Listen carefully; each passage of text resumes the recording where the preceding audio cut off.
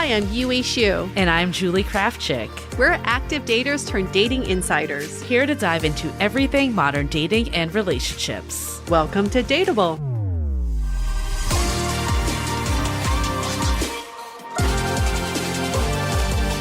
Hello, friends. Welcome back to another episode of DATEABLE. Are we ready to laugh? I'm ready to laugh. Laugh this and guest learn. makes me laugh every time. No, this is a great one. We're so excited to bring Allison Goldberg, who is a comedian and creator, and she hosts the hit live dating show Love Isn't Blind, where the men can't speak. And before Love Isn't Blind, she sold her live comedy show How to Break Up by Text to Audible, and we had her on the podcast back in 2023, season 16, episode 5, How to Break Up by Text. For anyone interested, we'll link it in the show notes too. So we're excited to have her back for a part 2. I'm sure you've all wondered, what would inspire someone to have a live dating show called Love Isn't Blind where the men can't speak? Well, it was inspired by the fact that she had a slew of really bad dates where she couldn't get a word in because people wouldn't shut up on these dates. She was so burnt out by dating that she said, I'm going to turn this around and make it a rule on my show that people can only speak when they are told to speak, but also like the men cannot speak. And really, the burnout actually led us to this discussion because she was feeling very burnt out in that script that many of us play of like, why can't I find anyone? Why aren't these dates turning into more? And she realized that she really wanted to just decenter men and dating even and go live a life, like live her beautiful life. She didn't want dating to just take over her whole entire world. Yes. But there is a line between decentering, but while remaining open to meeting people and having new connections versus just avoiding dating altogether because you're so fearful of things not turning out the way you want it to. Right. So in this episode, we definitely are going to discuss that. What is the line between decentering and heterofatalism? How she was able to change her views on men from being a little bit negative, we call her in on that, to recognizing there are good people out there. And how do you decenter without man bashing or women hating and going towards this heterofatalism? And then we start some brainstorming as well. We give you some ideas of what you can add into your life, whether that be activities or hobbies or events, interests that can help you decenter dating, but also putting you at the forefront and exploring what your interests may be. And of course, we hear her story of how despite decentering men and dating, she actually met a phenomenal man and is currently in a relationship with him. It's a beautiful story. We're so happy for you, Allie. It really is. And if you're kind of feeling the burnout, feeling the slew of bad dates, we definitely recommend checking out our AI coaching app that is powered by our very popular Finding Your Person program.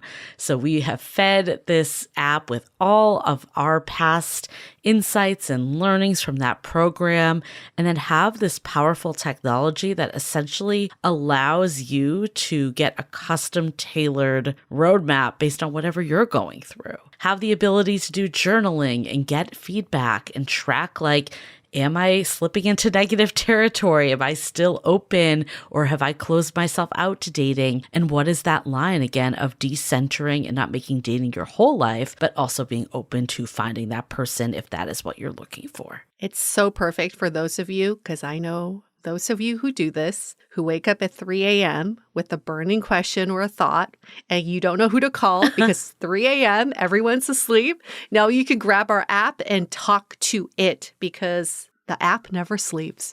The app never sleeps. It is a good point, though, because I think that's why it's so beautiful to have this like kind of dating coach in your pocket, because the reality is a lot of times when you're ready to talk to your therapist or a dating coach, you have to wait till your appointment. And by then, the ship may have sailed on whatever you were going through. Again, not saying you should not have a therapist, but it's like for the larger things. I think for questions and things that are more time sensitive, it's really good to have a resource like this. Yeah.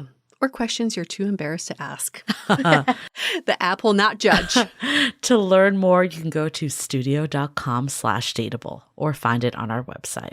Okay, before we get into it with Allie, let's take a minute to hear from our sponsors. Quince is all about elevated essentials that feel effortless. Designed for layering and mixing, each piece helps build a timeless wardrobe made to last. With versatile silhouettes and thoughtful details, they're the kind of styles you wear again and again. Basically, by now, 90% of my wardrobe is from Quince, especially the core classics. It's no secret I'm obsessed with their cashmere sweaters, but I bought so many tanks and pants from Quince for my trip to Greece that I've been continuing to layer all year round. My favorites are the ultra stretch Ponte cropped wide leg pants, and I just bought another pair in purple. Quince uses the highest quality materials like 100% European linen and organic cotton. Everything is built to hold up season after season. Refresh your wardrobe with Quince. Go to quince.com/dateable for free shipping on your order and 365-day returns. Now available in Canada too. That's QUINCE.com/dateable to get free shipping and 365-day returns. Quince.com/dateable. Okay, well, shall we get into it with Allie? Let's go.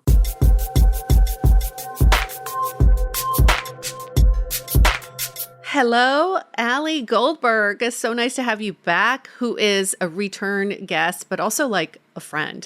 We've hung out with Allie outside of recording. Crossed the barrier from last recording to now friends. And when we did hang out, I felt like we'd already hung out before. I had so much fun at that first friend dinner. I know. We laughed so much. It was so nice. Sadly, that restaurant we went to shut down. They're no longer in business. Oh, it did? Is it? Akasha. Once we were there, they had peaked. They could never serve anyone again. But back to you, Allie. What we find so fascinating about you is that you have a dating show, a live dating show, yet you've really decentered dating for a long time. Like, since we've known you, it wasn't about dating. And now you've met someone. and you're currently dating someone. So we're going to talk about that whole transition. It's a journey. Let's go back a few years in the time that we've known you, when you were decentering dating. Why was that? Yeah. What was happening in your life? Like, what instigated that? So actually, it happened about 5 years ago. So it was before I met you. And yeah, you're right. Like, I work in the dating space, and it is something that I actually feel a little hypocritical about, because I'm like, oh, I actually think it's like totally fine to not have a boyfriend, but I like run a dating show. But for me, my show is really about like organized chaos. I love that couples come. I just love getting people in real life meeting each other. And I think dating shows lend themselves to that. But I decentered men, and I did not know that's what I was doing, because I think the term is maybe 2 years old. I don't know. Yeah, I didn't hear it till. It's definitely newer. And something I would love to talk to you guys about is like, how do we get other people to do it? Because what happened is something just like clicked in my brain. Like, I wish I had like a formula for other women, because I do have friends who have said to me, like, I wish I could do this, but like, I still like really want to meet someone, and I'm thinking about it all the time. And how do I meet someone? But for me, I mean, the story's going to start negative, but I do think it gets positive. But like, I had just been on too many bad dates. Like, to me, suddenly dating was the definition of insanity. I was like doing the same thing over and over again and expecting different results. Like, this is crazy. And it was just so many bad dates. And I realized, like, I never regret performing. I never regret rock climbing. I never regret hanging out with my ladies or my guy friends. I have amazing guy friends. I never regret hanging out with my friends. I always have a good time. I would go on these dates and I'm like, I should have been doing one of those other things. You know what I mean? Like, this was not a good use of my life. Like, when I think back on like the number of online dates I went on, like, it was not a good use of life. Like, we are on, so cliche, but we are on a spinning rock for however many weeks. It was a bad use of my time.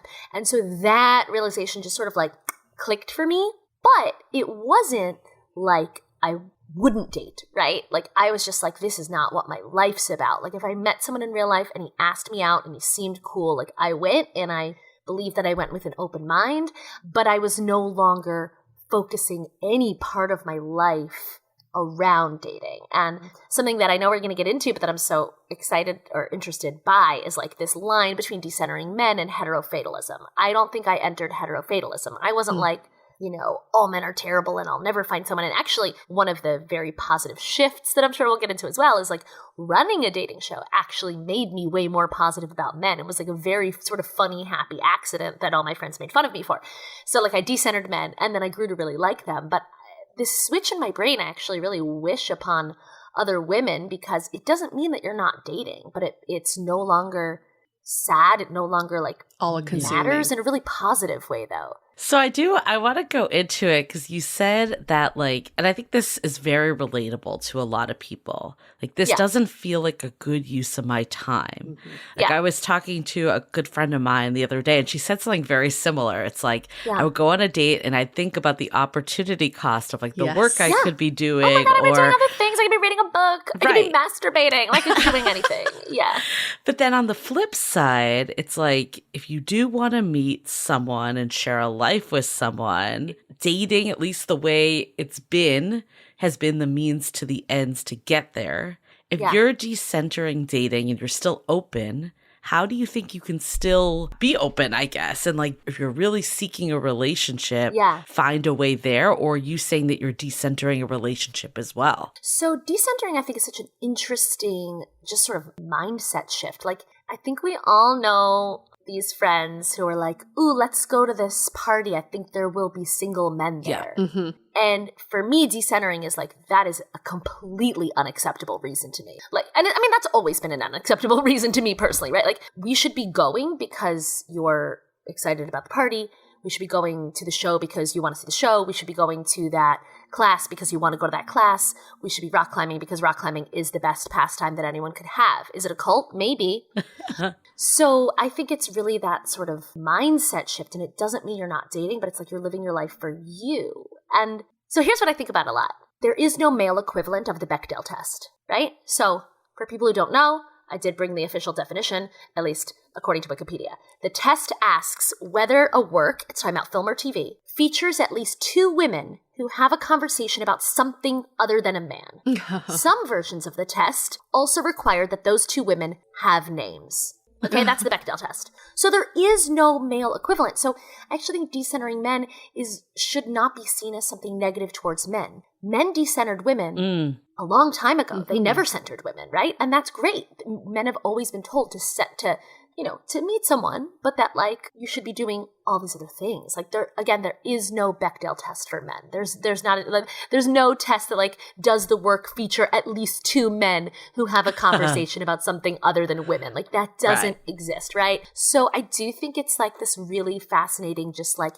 evolution of feminism, right? Like people forget how new feminism is. Like we just got rights kind of yesterday. Like you couldn't have a credit card a couple decades ago, and like I know that's too recent. So I think it's like, what does it look like if you can apply the Bechdel test to your brain space, right? How much of your brain in the day is not thinking about where am I going to meet someone? How am I going to date? You know what I mean? Like, but that doesn't mean that you can't be out in the world meeting people and then going on dates.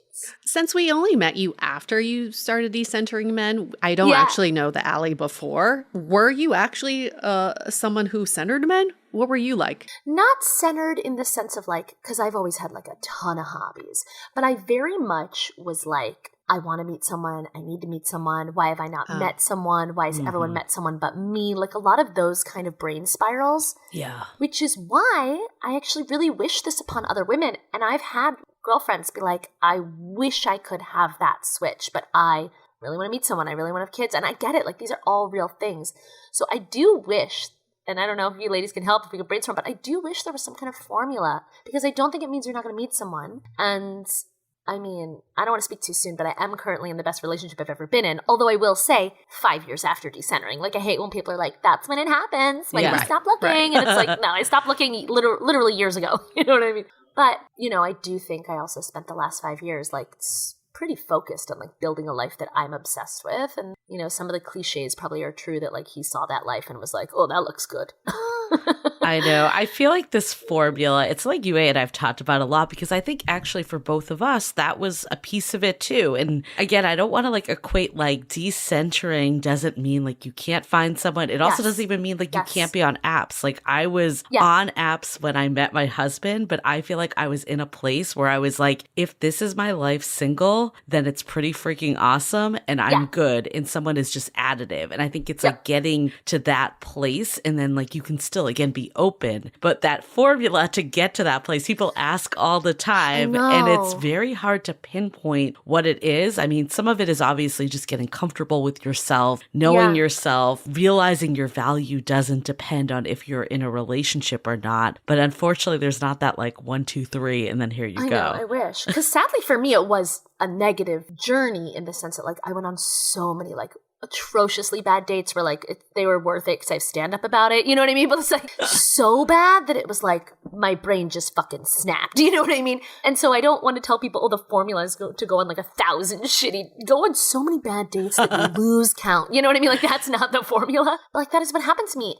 I mean, I wish I could say like just, you know, start rock climbing, but I, which I will say ad nauseum. But the thing like similar to the Bechdel test is like our language just like reinforces these things, right? Like we have been told forever that like if you don't meet a man, you're a spinster, right? But there's no male equivalent of a spinster. A bachelor, but it's cool. Yeah, it's positive, sexy. Right? Yeah. It's that's something great, right? Silver fox. Like women, we don't have that vocabulary. So I think it's like acknowledging that this isn't negative towards men. Men have been doing this forever. Good for them. That's great. We're just catching up. You know? But where do you, okay, so this is where I see the danger going, right? You have all these great hobbies, you have great friends, a great life. Yeah. And then every time you think about going on a date, you go, fuck it. I'd rather spend time with the people I know I'm going to have a good time with or doing the hobbies I love doing. And then eventually you just get to a place where you go, why am I going on any dates at all? Because my life is wonderful. Right. And what's to say that you would lose your even optimism or hope in meeting someone? Yeah. Well, I think that's where, and these terms are interesting because they're still being defined by society, but it's like, where does decentering slip into heterofatalism? Heterofatalism, I think, is being like, there is no date that is worthwhile. Like all men are trash kind of thing. And I think that's not good, right? So like, I still dated people for a lot of the time that I had like essentially decentered men. For me, I did quit the apps. It was more organic meeting. I think there were times where I was on the apps, but it was like, just was like mentally very different. Like I was no longer worried. I did used to feel like, oh, a part of me is missing because I haven't met my person. You know what I mean? And then I stopped feeling that way. I was like, I'm a fucking whole ass woman. Like I did not feel that way. And again, like I know that's maybe annoying to some listeners that it was just sort of this light bulb. But to your point, Yue, like I do think it's like it's this combo of decentering men, but not slipping into heterofatalism. So decentering men, but like staying optimistic, staying positive. Like I did get asked out at the climbing gym and after shows and you know what I mean, or at parties. And if I had a good conversation with a guy and he got my number, like I would still go. And I would go with optimism. And I mean, I know there are a lot of success stories on apps. I believe Julie met her husband on an app. Yep. But like, you know, those are slot machines. I do think you won the fucking lottery, Julie. You won that slot machine. You won that lottery so hard, girl. You fucking pulled that lever and boom. But like, you know, I do think it's like there are the Julies who keep the rest of us swiping. But I do think like if you meet someone in real life, then I didn't feel like I wasted time the same way because it was someone I'd already had a conversation with, gave him my number for a reason, you know what I mean? And was like, okay, like this could be, you know what I mean? Like the problem with apps is the number of times you show up and you're like, I would never have given this person my number. So for me, decentering was a lot of also like meeting people different ways and more organically. There's also really simple things. Like it became a huge pet peeve of mine when people in relationships would be like, why are you single? I'd be like, fuck off. What I would say is, do you have someone to set me up with? Oh, you don't? Okay, the conversation's over. But it would also lead to setups. You know what I mean? So what I'm hearing from you, though, is you were putting yourself in places and situations that still made you open. Like you were saying that, you know, you were getting asked out at rock climbing. You were suggesting getting set up. I think this is the part, maybe to Yue's question, that I see too with some friends of mine. It's like, what is the line of being healthy, living a great life that you're excited about and not making dating like the be all end all, but then the line of not trying at all. And I think there is like this extreme that we think of like not coming off desperate and making it everything, but then the other extreme is like kind of folding towel. It's like, how do you find that sweet spot? Yeah, it's a great question. Because the other thing that I consider myself lucky that I am like this, but I'm extremely extroverted. Like you guys know, I could talk to a wall. Like, your listeners can tell as well. I'm glad you're both here, but so for me, like, yeah, I'm one of those people where like I pack my schedule. I have social events every night. I just had like a very nice, healthy conversation with my boyfriend about how like he can't do that. And I'm like, that's fine. Like, you don't have to come to some of these things. Like, you can stay. First time hearing you use that word. Sorry. I decided. I was shocked. Actually, what's funny is like, I'm just getting used to it. Like, I also feel like, what am I, like 19? Like, am I a teenager? And also like, and to be clear to your listeners, I was single, like situationships, like nothing worked for like 11 years. So if you're hearing this and you're like, oh, she decentered men and then it worked, like I went through the shit. Like, I went through the shit. You know what I mean? This didn't just like happen overnight, right? So it can happen to you. But yeah, so I haven't used the word boyfriend in so long, it like feels silly. But yeah, I'm so extroverted. I have a million events. So I think also some of your question, Julie, is like, okay, what if you're introverted? And now you've decentered men, but now you have a lot of quiet nights at home. Like, I do still think it's sort of like what makes a rich life. And it's like, it is forming relationships, like whether they're romantic or platonic. So like, you're decentering men, great. Are you still going out X number? Like, if you delete the apps and you used to reserve 1 or 2 nights a week to the apps, you still need to go out those nights and like find things and hobbies and friends to do those things with. Like, I think platonic relationships are just as important, if not more important, right? And like, I'm at a point where it's like, I'm watching divorces. It's like, who's going to be there for you at the other side? Your friends that you've always had. Like, friends are incredibly important. I think they can be incredibly rich. During all those years that I was single, I had incredible friends and I still do. So it's like, you absolutely still need to be putting yourself out there, even if it's not explicitly for dating. But that's what, that's where you'll meet people, is out in the world. Leave your house.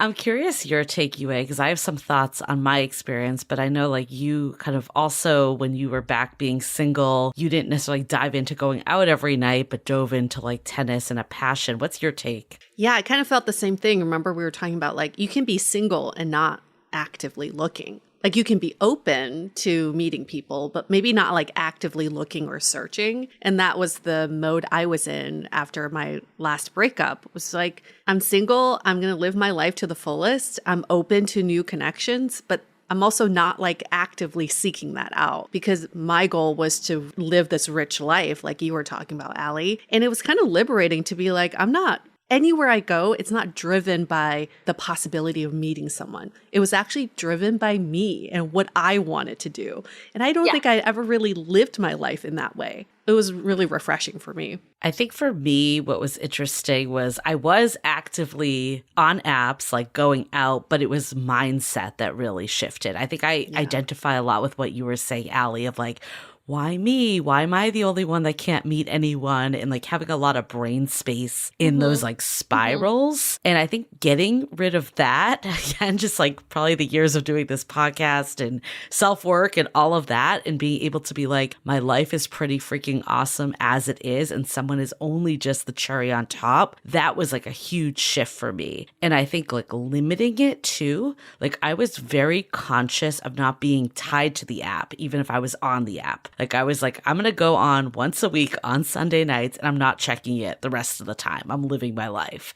And I will be out every Friday with my friends. That is like sacred time that I will not schedule a date. And I think I never had that much like conviction and boundaries, like not even like boundaries to another person, because they didn't even know. But it was almost like more like self-inflicted of just like, okay, this is one piece of my life. I'm going to still date, but it's not going to like occupy every thought and every moment of my life. We should actually re-air that time in your life, Julie, because I still feel like you redefined what dating could be like. Like, to me, you were on the apps and you were going on dates. It was like just a part of your life, like a slice of your life, not your entire life. And even though you were really active in dating, I never felt like you had centered dating during that time. So we should re-air some of those episodes if people want to know like how that transition works.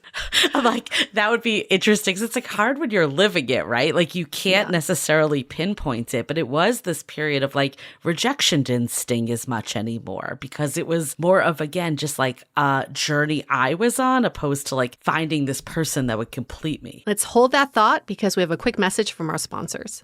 We are huge proponents of therapy, but sometimes it isn't the whole answer. Talkiatry gives you access to real psychiatric care with licensed clinicians who can diagnose and prescribe medication if it's right for you. Talkiatry is a 100% online psychiatry practice that provides comprehensive evaluations, diagnosis, and ongoing medication management for conditions like ADHD, anxiety, depression, bipolar disorder, OCD, PTSD, insomnia, and more. Unlike therapy-only apps, Talkiatry is psychiatry. That means you're seeing a medical provider who can diagnose mental health conditions and prescribe medications when it's appropriate. All their 600-plus clinicians are in-network with major insurers, so you can use your existing insurance instead of paying monthly subscriptions or out-of-network fees. Head to talkiatry.com/dateable and complete the short assessment to get matched with an in-network psychiatrist in just a few minutes. That's talkiatry.com/DATEABLE to get matched in minutes.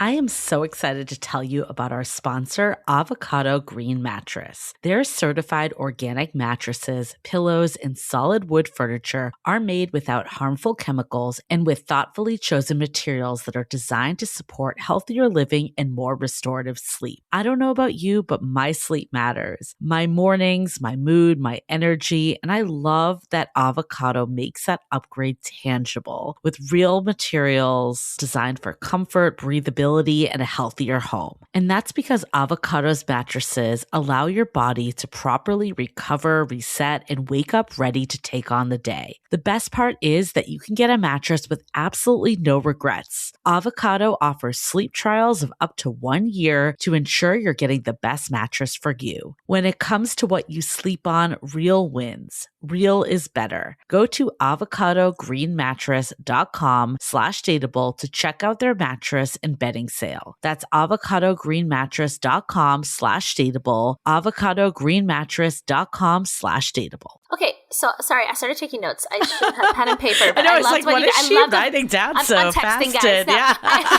She's texting her boyfriend. I wish I'd brought a notebook. He's downstairs, guys. I don't need to do that. Okay. But I love some of what you said because I've been thinking like, how can we give like really concrete takeaways? I love what Julie said about like there were nights that were sacred with friends, like where you didn't schedule a date. I think that's a great example where it's like you're prioritizing just a little differently. It doesn't mean you're not going on a date, but like your Friday night with friends, it doesn't get rescheduled because it's the only night he's free. Right. That's not what happens anymore. So I think that's great. I mean, I actually think people should not, like the number of my friends who give a Friday or Saturday to like a first or second internet date. So no. Don't do it. Right? Like decenter, do not do that. Like I also really loved what you said, Yue, about like, this isn't the way you said it, but the way I heard it is like essentially like getting a little selfish, but in a good way. Like, what do you like to do? What do you want? So I think it's like encouraging, and I know you have a lot of male listeners and this is really quite female focused in some ways, but like decentering and getting selfish with like, okay, what are my interests? What am I going to go take a class? Like, and again, I don't want to sound like we're blaming men. I think a lot of this is, I mean, the patriarchy hurts men and women, but a lot of this, for better or worse, is how women are raised. And it is media. Like all media when we were growing up was like, the prize is that you find a man. That is the prize, right? Like we're not the generation who grew up on Frozen where like her true love is her sister, right? Like the prize was always men. So we do have to do a bit of like deprogramming, so to speak. I also loved what you said, Yue, about making a really rich life. And it made me think, you know how I was saying like there's spinsters, that's a woman, and a man is like a bachelor or silver fox. We like have to make rich witch happen. Like we have to work on... You know what I mean? Like, because you don't have to be financially rich, but you have to be like a rich witch. You know what I'm saying? I don't know. We need something with like a ring. Like, because I was also thinking like a gray bae, but like bae could be like gray men or bae women. we need a workshop. It doesn't. I'm just saying like we're workshopping like to your listeners, if you have other names, like what is the positive spinster? Because I mean the best we have is like cougar, but that's still like has like a negative connotation. Yeah. It's like specifically age gaps. Like we need like this silver foxy lady. So I'm just putting that out there. So Allie, I think this would surprise you, but like I do agree with you that the messaging to women has been different. Like you need to find a man to be complete. But we've noticed from our listeners that are men that decentering dating is very much applicable too. Yeah. And I think it's coming from a different place. place. Like it's coming from this self-esteem, like I don't get enough matches. I don't get enough people interested in me. Maybe I've never had a real relationship and I'm carrying that wound. I think there's a lot of men that can probably very much identify with a big piece of this conversation. And I've met them through Love Isn't Blind as well. Because look, like meeting someone is, again, human relationships, whether it's dating or not, like human relationships is like a very fundamental need. Yeah. So of course, I'm sure there's so many men that feel that way as well. I tend to harp on the cultural conditioning of women, but it absolutely applies to men as well. I hope, because they're listening, so I hope this is applicable to them in a way. But I think if it's more about, like, as we've been talking about, like that headspace of spiraling, like, why does everyone else meeting someone? Like, you might have to decenter women, even though I think women should be centered, but okay. Speaking of men, when we first met you, there was a lot of negativity around men. Not gonna lie. So much negativity. Right? It was insane. I actually thought it was like problematic for me to start a dating show. I was like, I'm too jaded. I can't be doing this. And I think we caught you right at the peak of all your bad dates. So you were, you were like, I think you did. Yeah.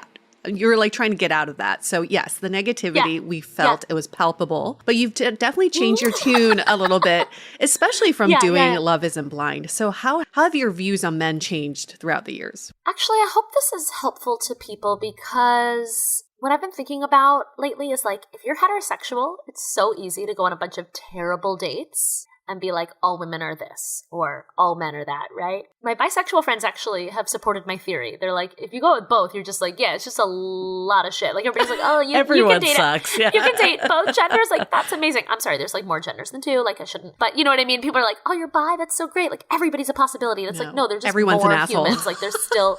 Exactly. So first of all, I found the fact that everyone's an asshole to be incredibly uplifting, because when I started Love Isn't Blind, I started interviewing men and women for the show. And so I started to see a lot of the things my guy friends complain about, so that was sort of a funny positive twist, was realizing that women also have a lot of issues. But on the flip side of that, it's so interesting and fun to be interviewing someone about their dating life without being on a date with them. I'm sure you guys have this experience like every week, right? So men would tell me beautiful things. They would tell me beautiful things about what they were looking for. And so I think also some of decentering but not falling into like heterofatalism is having more inputs. Like, something else I thought about recently is how Instagram is so incredibly polarizing. We know this. But it's so easy for your algorithm to quickly become man-hating. Oh, yeah. And probably woman-hating. Like, and Reddit is wild. Like, these subreddits where there's all men complaining about women and all women complaining about men. Like, what does it look like to, and I did this at one point, to really specifically go and work on changing your algorithm. Like, go and following people so that your algorithm will kind of learn it a little differently, so you're getting more positive content about men. I also did that just about aging. Like, I started following all these like fabulous older ladies, right? So like, how do you really be careful about like what you're bombarded with? I think that's so important, because we've seen this. We'll talk to someone and within a couple minutes we're like, I think you need to take a break on dating, because if you're just in this negative spiral where every guy is the worst, or we'll speak for men too that are dating in a hetero way, just dating is the worst, or women are the worst. Whatever you're thinking that is extreme like that and polarizing, it's not a good space to be dating from. So I think there's like, first of all, like that is maybe the signal that it's time to decenter if you're getting this, like these feelings. And then seeking out, I love the advice of changing your algorithm. We've seen this from doing this podcast of just like things that we always thought pre-podcast that just women felt and experienced, how men actually feel the same way. And whenever these like articles come out, like my take personally is like, there are a lot of shitty men. No one's denying that there are shitty men out there, but also there are good men out there. So you can make a choice. Like, do you focus on all the shitty ones and give all your attention to that? Or do you just say like, cool, you've shown me who you are, peace out, I'm gonna go find someone good? Like, what's your take on like a lot of the articles and the Vogue article that came out? There's so many articles of just like that are negative. The Vogue article was so interesting because it's like incendiary and like very clickbaity, but then like lower down in the article, it gets into like the more feminist position of like, what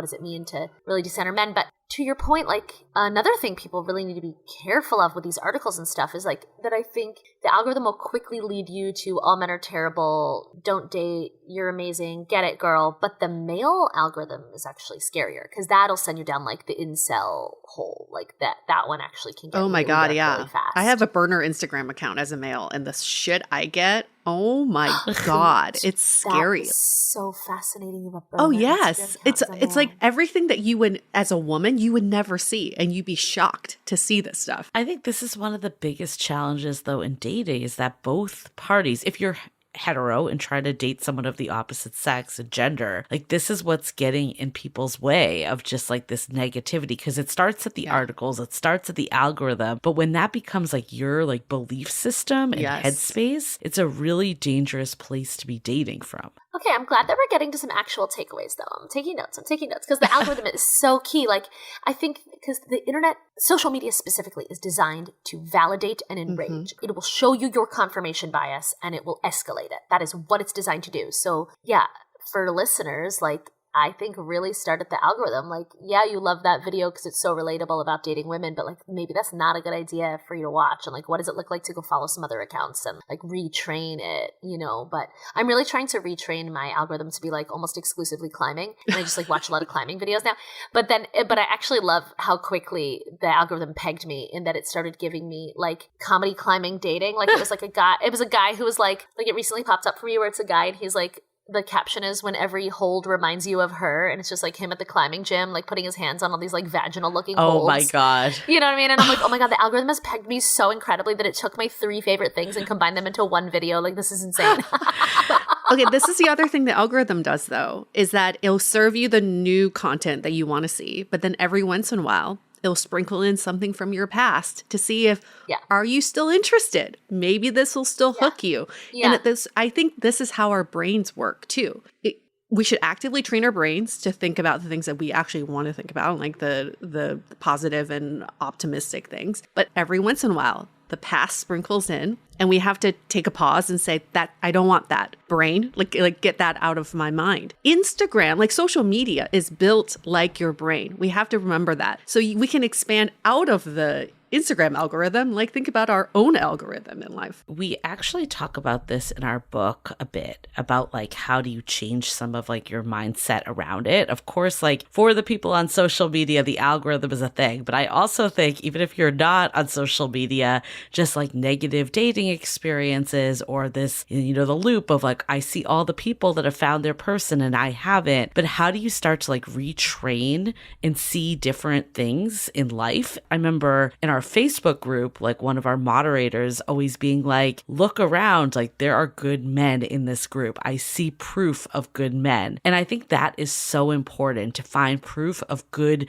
people out there, whoever you're trying to date, and then proof of good relationships. And I know for me, like one exercise I did, and this came from Amy Spencer's book, Finding Your Half Orange, was to look at all your friends in relationships and look at what you liked about their relationship and kind of pull from each person. Like in this relationship, I love that they're best friends. In this relationship, I love that they give each other like pet names. In this one, I like that actually like on a Friday night, one can go one way and the other one can go another way and they can come back together. Actually finding tangible proof of what you're looking for and changing the narrative. Like, why can't it happen for me? It's possible for them. It's also possible for me. Yeah. I took more notes. I love that. Okay. So something that happens at my show all the time is people who haven't seen it it's a dating show where the men can't speak. So in round 1, it's rapid fire questions and the audience can also leave questions in a hat. And sometimes people will ask things like, is your best friend a member of the opposite sex? Things like that. And the audience is always like, ooh, no. Like a lot of people think it's like a red flag if you have like good friends of the opposite gender. And I think that's wild. Like I think you need to have good friends of the opposite gender for the reasons Julie just said, which is like you need it. You need to have all these like different inputs that are not this negativity. There's a piece of advice in the book attached that says actually a lot of people get dating advice from like other anxious friends, kind of, you know what I mean? They'll call other single friends to spiral about it. And some of that is inflicted by the fact that like I have friends who got into a relationship and just like immediately stopped understanding dating and being really condescending, and it was annoying. But I think you do have to figure out like there's a couple in my life where like now this is not applicable, but if I was spiraling about a guy, I would call them for advice. Like have that one couple that like is going to give you really grounded, secure advice from a place of they're in a relationship and they don't think everyone's terrible. You know what I mean? Like I do think you need that couple in your life to be your sounding board. I've actually even had guy friends. This is really cute. I've had several of my friends' husbands who I became really close with actually said to me, hey, if you're ever freaking out about a guy, like I remember that dating was terrible and like you should call me I'll talk to you. Like it was actually really sweet. There are like several different men in my life who said like, I am the one you can call. But it's hard because you have these habits of like calling your other single friends. And then the other thing I wanted to piggyback off of that you said was that, for people that aren't on social media, there's still, like, think about the movies you consume. Like a bunch of people DM'd me to watch the Anna Kendrick movie, Woman of the Hour, because she goes on a dating show and meets a serial killer there. And I run a dating show. And it's a true story. It's based on a true story. Damn. After I watched it, I was like, oh, that was not good for me to have watched. Like, I don't need... I mean, it's a good movie, but I was like, this actually... Like, there were no redeeming male. There was one guy who, like, kind of came around in the end, but was, like, still an asshole early in the film. Like, there were not good depictions of men at all. And I just remember thinking, like, this was not good for my brain. Like, I already see enough of this. So I do think, like... even if it's not the algorithms, there are ways to think about like the content that you're consuming. And like, is it, but on the flip side as well, right? Because there's also so much about how like relationships are over romanticized to give people unrealistic expectations. So it's like, again, decenter dating. You just watch Stranger Things. Like, I don't know, just you watch like, they have dating in there too. But you know what I'm saying? Like maybe you don't watch anything about dating at all. I guess the $1 million question though, with all of this though, is still like, how do you tell if the decentering is coming from a place of empowerment versus a place of fear? Because I think sometimes it's easy to bury yourself in other parts of life or kind of succumb to like, okay, this is the one area that I can go on all these dates and put in all this effort and it still doesn't work out. Right. I'm just not going to try. Like, how do we make that distinction? Because I wouldn't want people not to date and put themselves out there because fear is getting in the way. I would want people to do it because they already have a full life and are kind of buying into some of the stuff we're talking about. I know. And I mean, sometimes it does make me wonder, like, is the solution just like therapy that focuses on how to do it? Because it's like, it is just a mindset shift that can't go into the place of fear. Like for me, it was really just like, okay, how do I want to live my life and what do I want my life to look like? And I didn't want it to look like me sitting across from a stranger that I never see again over and over and over and over and over and over. You know what I mean? I don't know. It's really tough. I think the fear is if you really stop going out, or you start saying no when people ask you out, or no to setups. Like, I've actually seen this in a guy friend. Like, he claims he really wants to meet someone, and people are always offering him setups, and he's saying no. And I'm like, well, what is that? What is that? Right? So I was still open to it. I had this, like, beautiful mindset shift, but I was still open to it. I think it's, like, decentering, but still having a say yes mentality. For improv terms, like a yes and. That's a good one. I feel like when I decentered men, something when you're asking, like, fear versus curiosity, negativity, like, I actually found that I wasn't looking for red flags the same way. So I think that was an interesting shift as well, because it's like a lot of friends to this day, they go on a date and it's like, I have to meet someone and it has to be the right person and I'm running out of time. So they're actually on the hunt for red flags. Yeah. If that makes sense. Yes. But like when I decentered men and it wasn't the be all end all, I was like, all right, let's just hang out with this dude, see what happens. Like, I don't care. You know what I mean? But back to this, like, fear. Maybe it's fear, but maybe it's just running away. How did you find your interests and your hobbies that were driven by your authentic interests versus running away or wanting to keep a busy schedule so that you wouldn't have time to date, which is what a lot of people do. Like, their excuses, well, I don't even have time to date. And for me, for many, many years, travel was that for me. It was like running away. I'm not even physically here, so I can't date, but I didn't enjoy all the time that I was away. Okay, this is really interesting because I do feel like we could kind of create a checklist for people. Like, how much are you in one city? What does your media look like? What is your media consumption? Do you have secure male friendships? Do you have guys you can ask for advice? Or if you're a man, do you have secure female friendships? And do you have women you can ask for honest advice? Like, are you spiraling? Like so I'm an insomniac and I did cognitive behavioral therapy for insomnia. And in that program, there's a lot of like asking about like your thought patterns. So like, are you bitching about the opposite gender? How often are you doing, you know what I mean? So I do think there could be this really interesting checklist to sort of identify, is it fear or is it empowerment, right? Like, are you saying yes? Are you going out X number of nights per week, whatever that X is that works for you, whether it's 2 or if you're me, it's 18. But you know what I mean? Like, are you doing these things? And then to answer your question, Yue, like, I do feel so grateful for climbing. Like, I joke about it, but I'm so grateful because I did not expect to like it. I basically had a guy friend who was a little bitch and wouldn't leave me alone about it. It was like, Goldberg, you got to come climbing with me. And I was like, I'm not going climbing with you. Like, I'm a theater kid. I sing musicals all over my house. Like, you know this. Like, there's no way I'm going to enjoy. I've never enjoyed a sport in my entire life. Leave me alone. And he was so annoying about it that now I joke he changed my life because I went. And at first I was just like, oh, a workout that I don't hate. That's cool. I've never, because I'd been to Barry's boot camp and all this stuff and fucking hated every minute of it. And I was like, okay, a workout I don't hate. Then like something in my brain clicked, similar to the decentering, where I was like, oh, I love this. Like, I feel very meditative when I'm on the wall. Like, and I'm not, I also like my Jewish anxiety. I can't do team sports. Like, I miss a ball, I have to apologize to everyone on the field. You know what I mean? But like, you're only against yourself when you're climbing. So, but I love every time, Yue, whenever you post a tennis thing, like I fucking hate tennis, but I love when you post your tennis stuff because for me, it's like Yue's rock climbing. And I'm like, yeah, girl, get it. You know? Yeah, it's the same. You and I feel the same obsession. Yeah. I mean, maybe, Yue, I want to turn it to you because you were saying like for years travel was the escape, or you basically used hobbies to escape. But I did notice a shift with you the last time around, that it was more to like find yourself. What do you think that shift is? I used to travel to get away, to run away from people, like to run away from my situation. And now I travel for tennis, or I travel for an experience. It's like very intentional. And I feel that way with tennis in general too. It's like, I'm not playing tennis so that I can fill up my calendar and I can't talk to anybody. It's like, I truly want to drive my day with tennis at the forefront, and then everything else can like fill in the other spots too, right? Because it brings me so much joy. Why would I deny myself of that? Yeah. And now it's reached a point where it's like Pavlovian in some way. Like, if I don't climb, like I don't feel well, you know, but I do think that, again, that there is an interesting checklist where it's like, are there other things? Okay. So if you are one of those people, and again, no shade, used to be there, of like, why haven't I met someone? Everyone else has met someone. When you're not thinking about that, what is the list of things you are thinking about? And is there a tennis in there, you know? And if there's not a tennis in there, how do you go?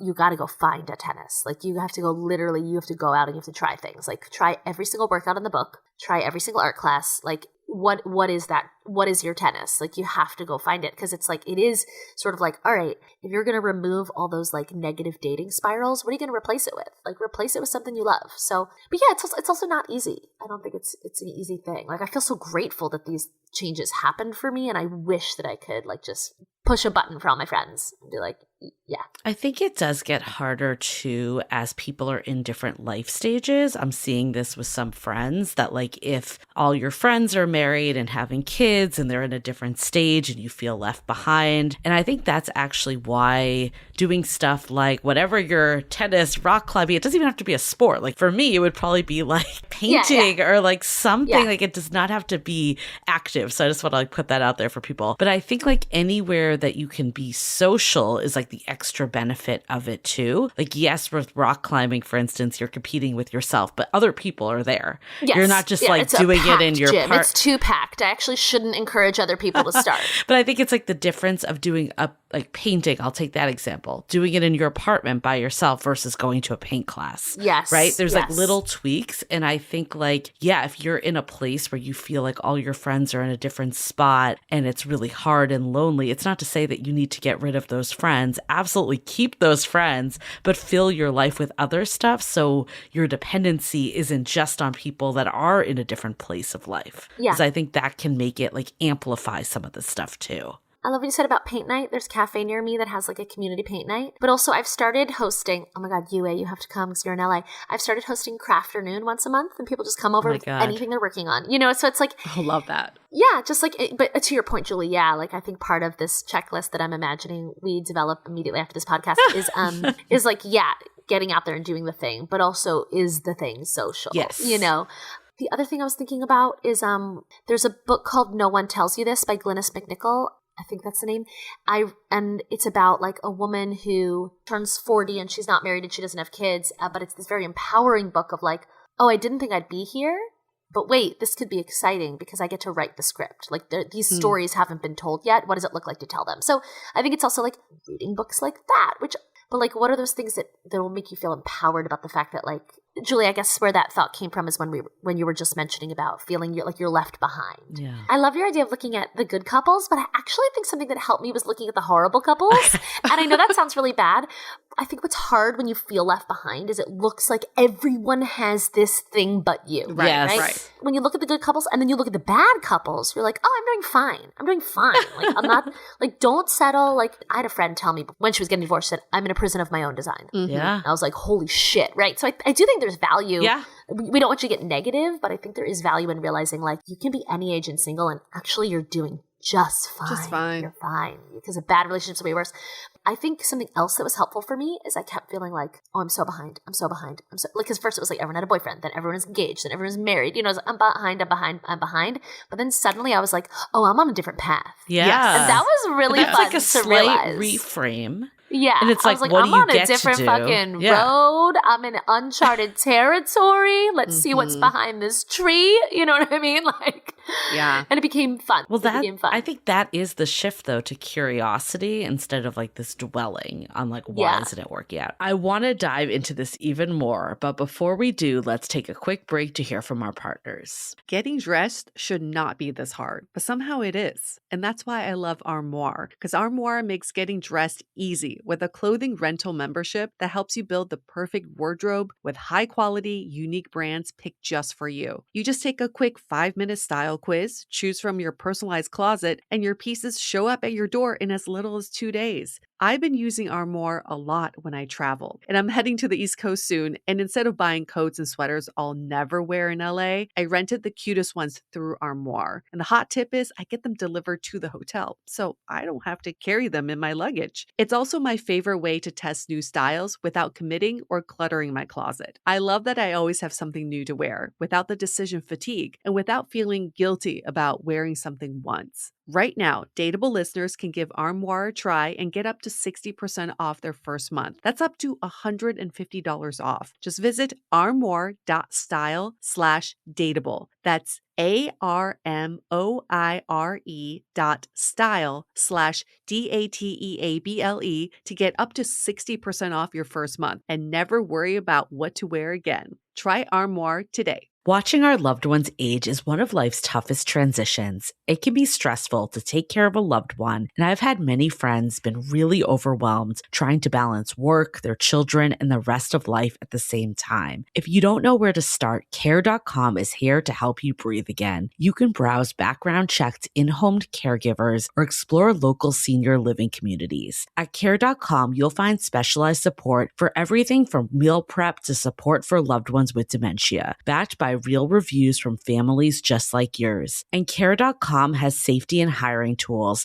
so you can hire with confidence. Or you can even get a senior care advisor plan and talk to a master's level social worker to build a personalized care plan for you. We're partnering with Care.com because it really is an easier way to find help. For a limited time, go to Care.com and use the code DATEABLE for 20% off your initial Care.com subscription or a senior care advisor plan. That's Dateable, all one word. With Care.com, start your senior care journey with confidence. So here's a question for both of you, and I have some thoughts as well. But like, okay, we're talking about filling your life with hobbies and things you like to do. And like you were saying, everything revolves around tennis, for instance. What happens when you're in a relationship? Because you can't really decenter a relationship fully. Yeah. I mean, you can, I guess, but maybe there'll be a fallout of that. Yeah. I think that, like, at least in my opinion, it does have to kind of be the center to a lot of it, especially once you're married and in a really serious state. What's your take, and how do you plan on keeping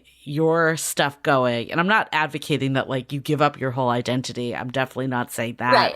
But it's just a reality. How is do that you then like bring that back? Yeah, like they have to be a center. Yeah.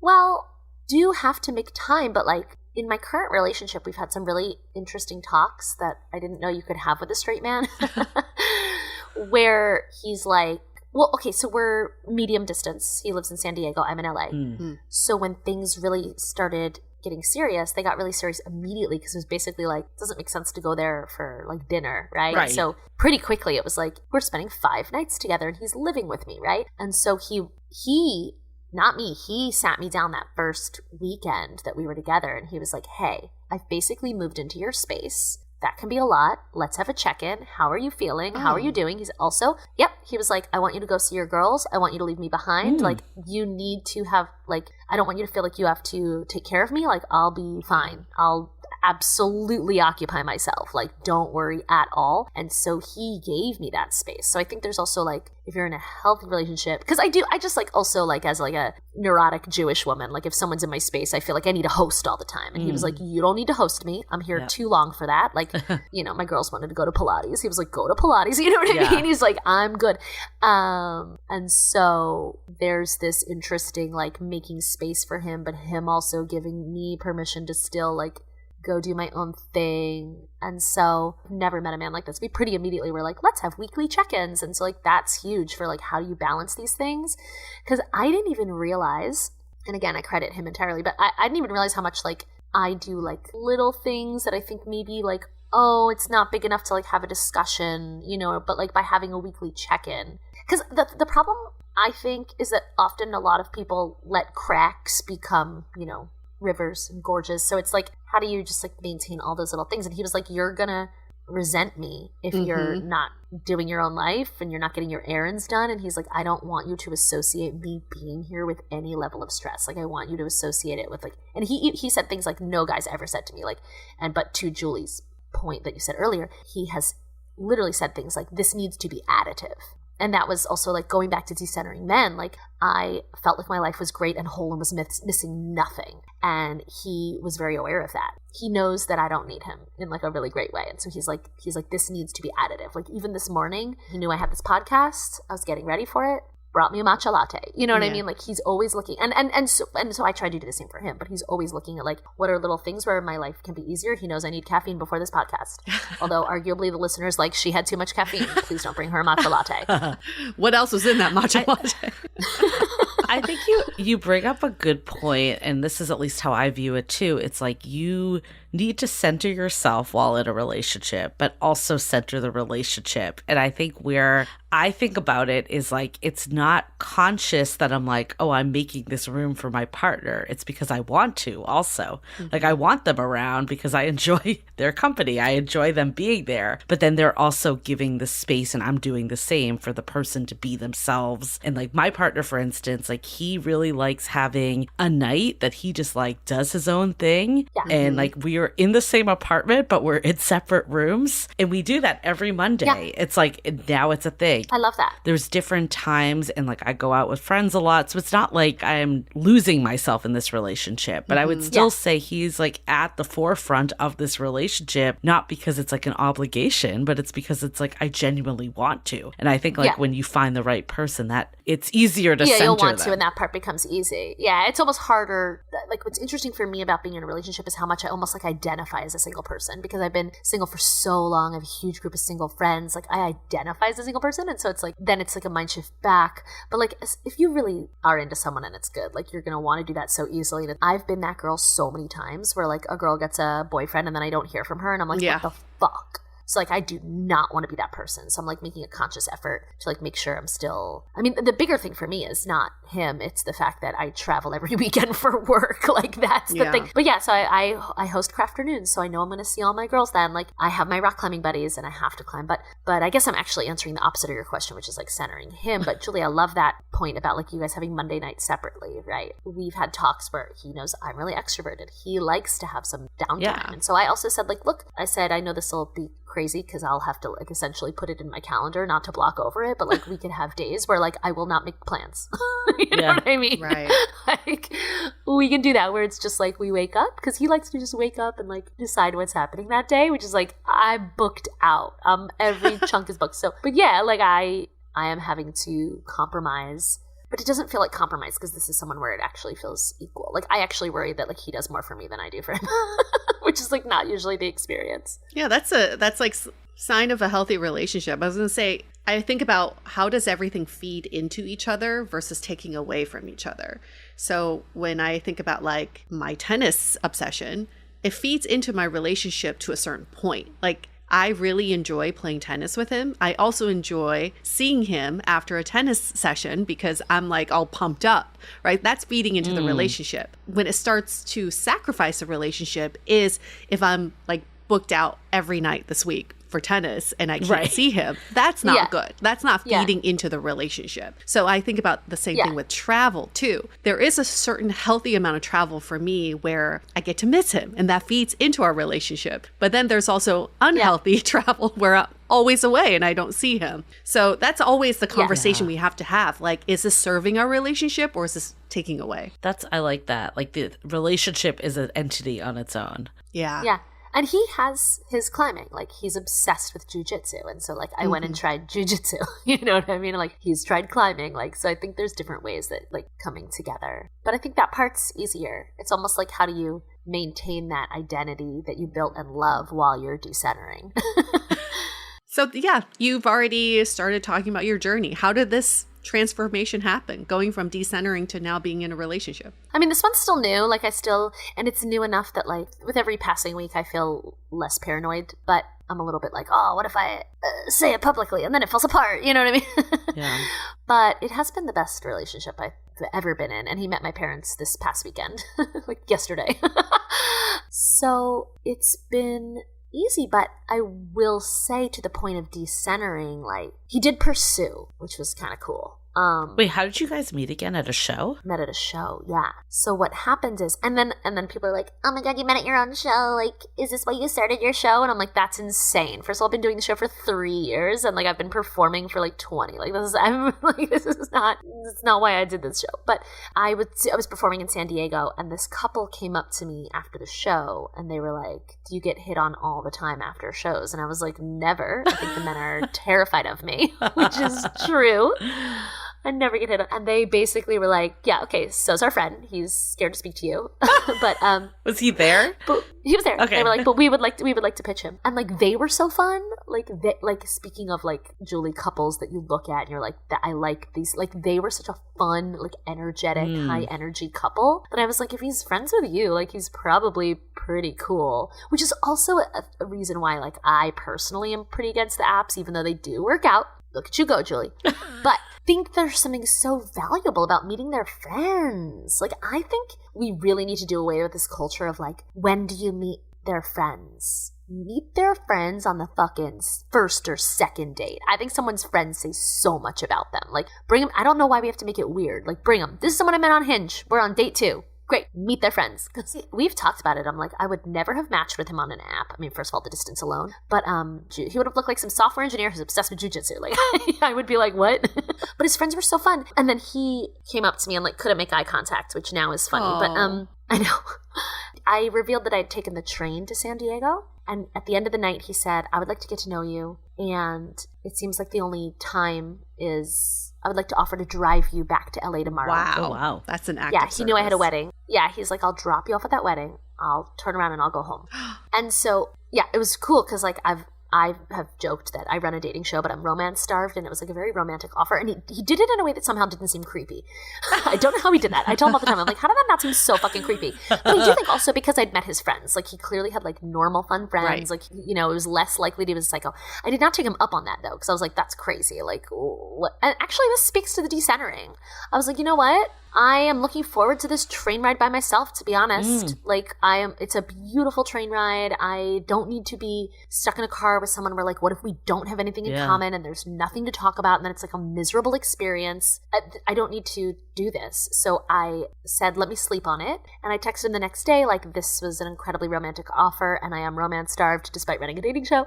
You know, I don't want to be late for this wedding, but, like, if we're in the same city another time, like, let me know. Yeah. Although it's interesting because there was a lot of factors. Like, I found out, I texted that couple that I had met as well and said, hey, I turned down the ride, but like, it was great to meet you guys, like super down to hang some other time. They kept encouraging him. They were like, it's not a rejection. It's not a rejection. Like, and the wife, her name's Kira, she looked up my show schedule and she told my now boyfriend, she was like, you are going to be in San Francisco the weekend she has a San Francisco show. We're all going. And they like all bought tickets. Yeah. So but again, they were not creepy. They are really good friends. And like, we took them out for dinner last week. And like, we told them that we will be paying homage your friends quarterly. Too. Yeah. Wow. They're my friends too now. And we told them we will be quarterly payments. Yeah. So that's also why like, there's something that does sadden me about how, you know, people say it takes a village, but like dating has like, we've erased the village kind of thing. Like, I really think couples need to set up their friends. Like, I talk about it a lot at my show. Like, if you're wearing a red wristband, you have a mission, you got to be a good wing person tonight. Like, we do need to change the culture. So then we hung out in San Francisco and I met more of his friends and they were really cool. We hung out till 6 a.m, didn't even touch. We're just hanging out all night, hanging out with his friends. I don't hang out till 6. I was like, what am I doing? And then we've been hanging out ever since. Love it. That's the story. But was there like a conscious or intentional shift where you went, I'm ready for a relationship? Well, this is tough because I don't want listeners to feel like that'll never happen to me. But like, he really did make an effort. Like, we didn't live in the same city. And he really showed me that he was listening to everything I said, which was unnecessary because I talk too much. Like, he really only needs to listen to 50%. But I'd been on a lot of terrible dates and I was like so tired of being treated poorly by men, and he just like showed me that wasn't how he was going to be. Like, I don't know. I mentioned that my favorite flower is the blue passion flower. I'm obsessed with this flower, and he went and bought me the flower, but this is like a weird flower. Like, it's not easy to find. It's a vine. He like bought me a fucking vine. You know what I mean? Like, he really made it clear. But the other thing that was interesting is like, you know, he did meet me at a show where like my whole personality is on display. Like, the way he explains it is like he saw the show and was like, that one. He told his friends, he's like, I have to meet her, you know, which is like very nice and romantic. But and then we talk about how like there was this imbalance for a little bit where like because I do joke, if you've seen my show, you've like seen my soul, where he knew me, but I didn't know him at all. It's like us with the podcast. Yeah, where people think they know you. Yeah. But he did. He knew me, but I didn't know him. And he told me later on, we talked about it, where he was like, he had to remind himself when I wasn't like texting back so often those early days, where he was like, she doesn't know me. Like, I am a fucking stranger and I have to show her who I am now. So that's also why there was like that imbalance, and he was like committed to showing me. But like, he's very funny, which is like what my jam, you know, and he's very considerate. I think it's so easy to be jaded. Like, a lot of the complaints I hear from both men and women are just like people not putting forth any effort anymore. You know, how do you put forth effort on date 100? Like, I get it, you know, first date 100, but it's like, we do need to. There was this funny Instagram post about bringing back chalance, because everyone's so nonchalant. Like, bring back chalance. Like, you know, if you like someone, make it be known. He told me later that there was this guy in his sort of peripheral friend group, like not inner circle, but that was making fun of him for like trying so hard with me, and told him he was a simp, which is like kind of negative. But I loved his response. Apparently his response was like, yeah, I'm simping. I like her and I'm going to show her. That should be a t-shirt. You know Yeah, what I mean? I'm simping.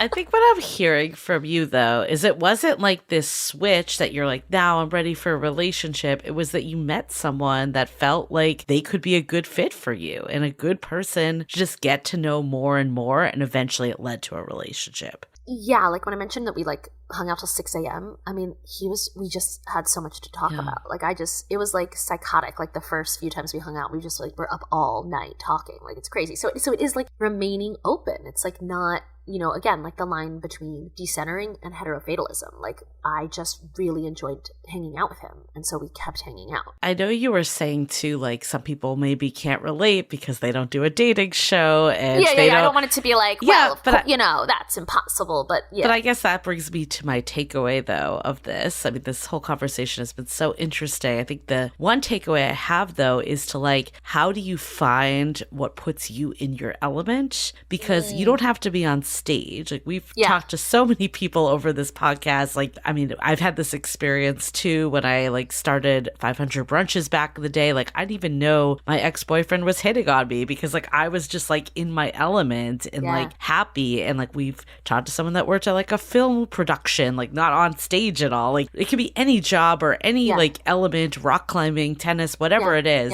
that just you feel like the best version of yourself. Like, that's what naturally brings that attraction to someone. So I don't think that it does have to limit if you're on stage. Like, it's again, it's back to what we were saying of like, how do you center your life around what makes you alive, whether you're going to meet someone or not, because that puts you just, I don't want to make it seem like that's the goal of like doing this stuff, but it does like bring your best self to it. Yeah, that's the catch-22, is doing it because you really want to. But yeah, and I mean, also, just to remind listeners, I had done nearly 100 shows before I met him. So it's not like I had this, oh, of course you met because you were on stage. It's like, I did so many of these before. And very occasionally other people would ask me out after shows, very occasionally. And occasionally I'd go and it wasn't a match. So, this guy happens to be a match. Would like to believe if I met him in the wild somewhere else, maybe the start would have been different, but I'm hoping the end would have been the same, right? Right.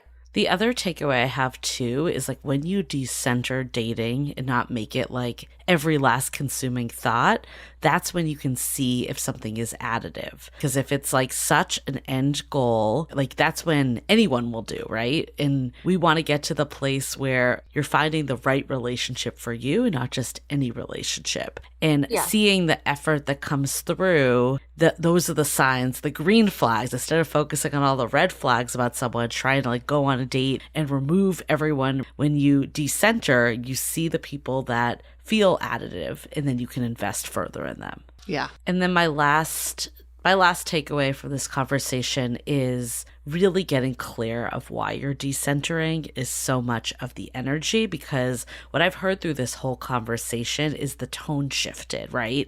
Instead of I'm getting left behind, what do I get to do? Or I'm on a new path. But I think if it's coming from a place of fear, that negative energy is still seeping in. So it's really important just to like listen to how we're talking about dating, how we're talking about the people we're trying to date, how we're talking about where we are in life and what our life looks like, and really keying into that information. And I think we offered a lot of really good solutions for people to really kind of retrain what goes into that algorithm, whether it's social media or the algorithm of life. I know for me, it was as simple as maybe limiting some time with a certain friend that used to get really negative. So again, it's not saying to like get rid of your friends, but like maybe there's a way that you could box in who you go to for advice or who you actually engage in these conversations with. Another thing that made me think of, Julie, is that some of my girlfriends, we have like a 10-minute rule. Yeah, that's We're not allowed great. to talk about men for more than 10 minutes. Like, because we want to catch up. I want to hear about your dates, but it's like 10 minutes and then we move on to everything else in the world. Well, that's a big piece too. It's like, and I think about that book, The Finding Your Half Orange, it's like the whole point of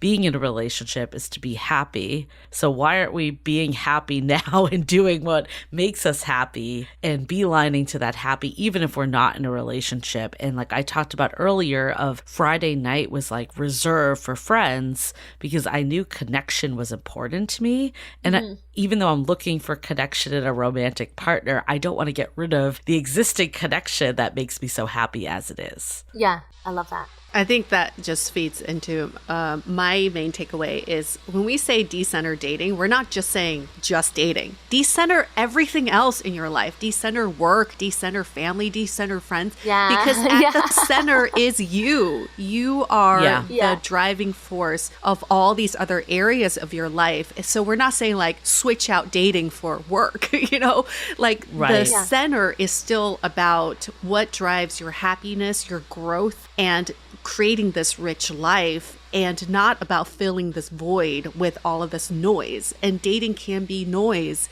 if you don't lead with yourself. And ultimately, we know what the downfall is when we decenter ourselves in our lives, it builds resentment. Because then we start saying, oh, we're the victim, we're the people pleaser, we're the one who's always there for other people, we're the one that's always, we have bad luck in dating. We have bad luck at work. We have bad luck with money. Like, you become the victim mentality. And guess who's responsible for that? You are, because you forgot to center yourself. So ultimately, I just want to be explicit with that point. Yeah. We're not just saying decenter dating. Decenter everything else and just put yourself in the middle. It's a balanced life too. When it's off balance, that's when you stop decentering yourself. Yes. Yeah. Awesome. Well, this was such a great conversation. You heard it here. Be selfish. Be selfish. Yes. Self-centered. Yeah. We should do a whole other episode, though, because I feel like there is a line, too, because I think people are getting so selfish that they're not making time for other people. Actually really agree That's with like that. another whole conversation, though. Yeah. So, again, balance. It's all in balance. Awesome. Well, thank you so much. If you could tell people where they can find you, and I know you've shows all the time coming up, but like, where can people go for tickets? And Yue and I both have been to a couple of Allie's shows, and they are phenomenal. So we highly, highly recommend going when she's in a city near you. So much fun. Or traveling. Thank you so much. Thank you. So loveisn'tblind.com has all of my upcoming show dates that are on sale at any time. So loveisn'tblind.com. And then on social media, I'm at Allie_Goldie across platforms. That's ALLI_GOLDI. And there's so many good clips from the show. And also, people can use the code DATEABLE for discounts, right? Yes, they can. Yeah. So make sure to do that. Might as well. Fantastic. Thanks for being back on our show, Allie. It's always nice to see you virtually and in person. Having me. And keep us updated. We're going to get the update off record. Okay. Great. Yeah. Okay, on that note, we're going to wrap up this episode. Stay Dateable!